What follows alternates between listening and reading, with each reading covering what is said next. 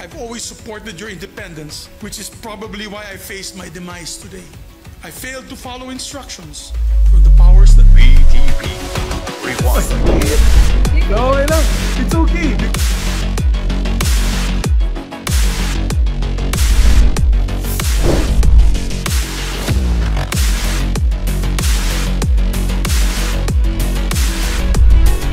Hearing none, Mr. Jonathan Morales is hereby cited in contempt before this committee.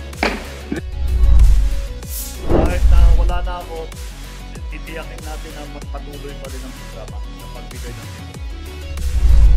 naging ganap ng bagyo ang low pressure area na lamang